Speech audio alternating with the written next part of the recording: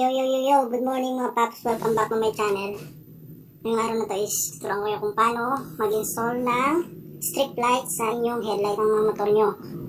So ang plano ko dito guys is dito ko siya ilalagay yung strip lights. Yan. Tapos para mag-reflect siya sa loob. So ang gagawin natin para hindi masyadong halata yung ilaw sa loob is babalik rin natin.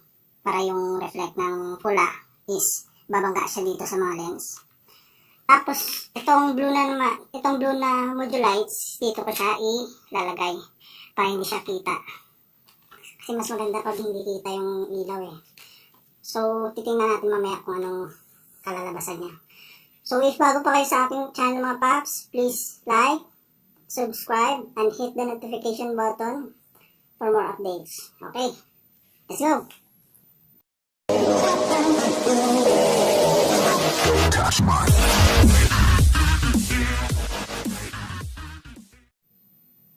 So dito na tayo guys. Yung una natin gagawin is baklasin natin yung lens ng ating headlight. Okay?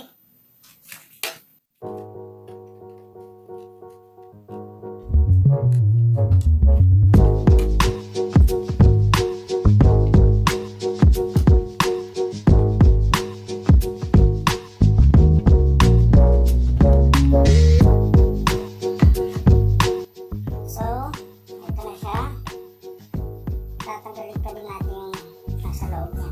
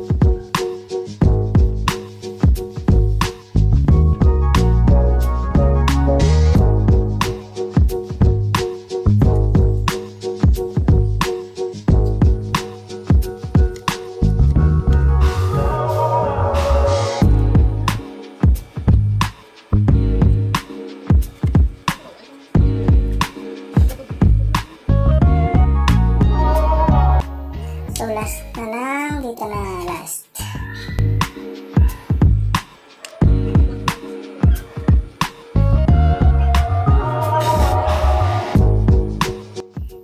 So ito na paps, nakabit na natin yung strip lights. Ikakabit na din natin siya sa lens.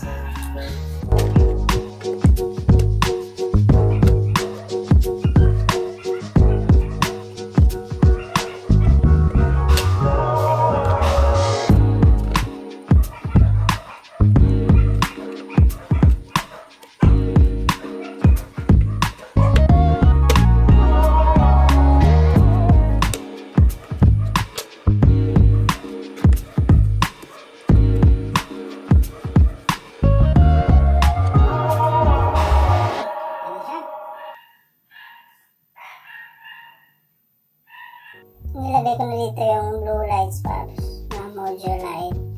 So ilagay na natin yung lens at projector.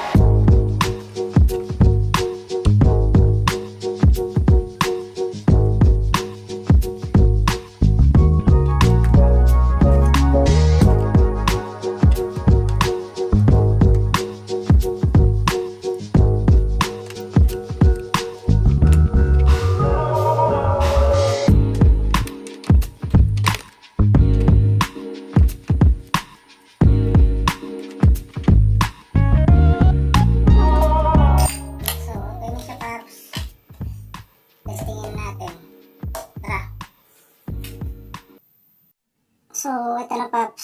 So, bago natin ikabit siya sa headlight mismo ng ating motor, testingin muna natin siya kung umiilaw lahat. So, i-switch on ko na yung motor natin Paps. Uy, ayan. So, makikita nyo Paps, yung nilagay ko na blue dito at saka yung pula, nag-mix siya. So, yan yung kinalabasan niya.